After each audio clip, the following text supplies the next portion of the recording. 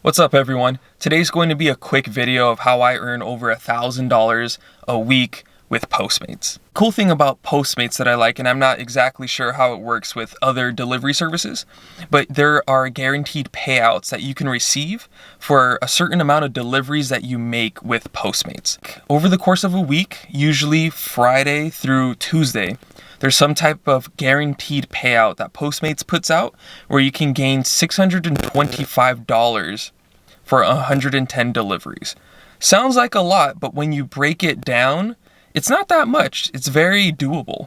So 110 deliveries divided by 5 days, Friday through Tuesday, you have to average about 3 deliveries an hour, which if you live out in LA like I do, totally possible. 3 deliveries an hour, 7 to maybe 8 hours a day, and then you can do 22 deliveries a day. Now with this payout, they have it every weekend. It starts off Friday, like I said, 12 a.m., so midnight, and then it ends 11:30 p.m. Tuesday night. So with this, you do your deliveries, you get this guaranteed payout, but of course this is only your base pay. This isn't including tips. So tips is one of the wonderful ways where you can boost your income. My average tip, and I'll show that in a second, is usually $4 a delivery. So if we get $625 for our guaranteed payout of 110 deliveries, and it's safe to say that I get an average of $4 a delivery, multiply 4 by 110, that's an extra $440. And mind you, this is just the average. This isn't the most I get paid. This isn't the least. This is the average pay. The most that I've ever made in a tip with PostMates, I believe, was $72. Sometimes I'll get $19, sometimes I'll get $20, $30, $15, $12. But averaging all of those out, sometimes sometimes it's only $4, like I said, because sometimes you don't always get people that will tip you. The other thing that I like about PostMates is the fact that all the money that you get is net. There's no taxes that are taken out. So all the money that you get is all pure profit that you'll have. Mind you, though, that you will have to pay taxes. Uncle Sam does like his money, so you will have to file for taxes. However, with PostMates, you are an independent contractor, not an employee, so you will get a different taxed form. It's I believe it's a 1099 for you to file your taxes. But with this, you'll be able to use a lot of deductibles when it comes to filing your taxes. Deductibles like gas mileage, changing your car, your tune-ups, your tires, and all of these other things. And it does help add up where you're still keeping most of your profits, which is super cool. And you can do a lot more with that money that you get purely as profit, rather than if you had a regular job where they're taking out 20, 25, 30% from your taxes. So this is something that's really cool. So how do I go about doing this? How do you go about gaining $1,000 a week with PostMates? Well, simple. It sounds kind of easy. There is competition though. If you live in an area that is competitive, where there are a lot of orders being filled, like Los Angeles particularly, I live in the West LA area, I'm always getting orders.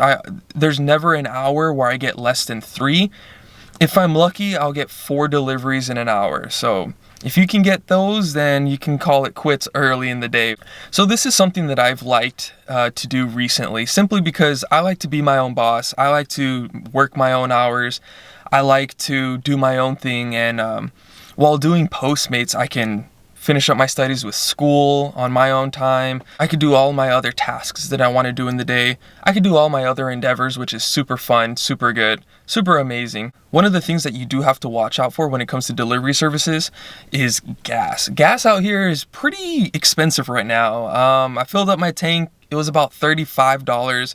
Not too bad, but at $3.69 a gallon, at least here in California, that could get a little pricey. So you do have to be smart when it comes to delivering. You get accustomed to your business. You know You start to learn where to go, where to be, what time in the day, how long to stay there for. Just make sure you're not driving around wasting too much gas. Be in those busy areas, those restaurants that people are constantly ordering from. I started writing down in a little booklet where I would get the most deliveries from. And I would just stick around there during times when it's not busy, and I would always get orders. You want to be in those areas where you're constantly getting orders and it's not just you driving around. That's worst thing possible. The other pros that comes with Postmates is the fact that you get to work your own hours, you get to be your own boss, and you get all the pay, all the profit without the taxes being taken out, at least until you have to file for taxes.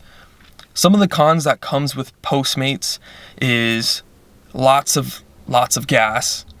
There is competition, and sometimes you do have to work a little bit longer than what you plan for, simply because there might not be deliveries for that hour, and so you would have to make up for it. So just find ways to be productive during your downtime. Find ways to make a plan, do some studying, take your lunch, and other things. But it's very cool. This is definitely something I believe for people that want to do a side hustle while they're doing maybe something else that's not necessarily a 9-to-5 job.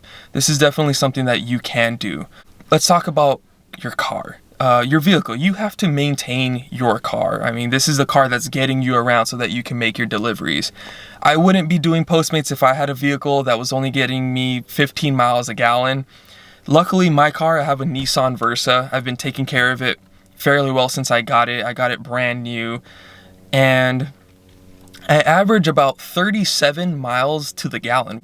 So when I work Friday through Monday, which is usually anywhere between 38 to 40 hours, I'll spend about $80 to $90 in gas every weekend, which isn't that bad. So nothing secretive about this. This is just information to put out there in case you didn't know. Definitely something to look into. If you're looking for a job where you can get paid a little bit over $1,000 a week, then I would definitely advise looking into doing Postmates. Maybe even doing some research into other delivery services. I haven't looked into DoorDash, Uber Eats. There's Caviar and a whole bunch of other companies that you could work for that might even give you better pay in your area. But for what I do in the Los Angeles area, this is how much I usually get.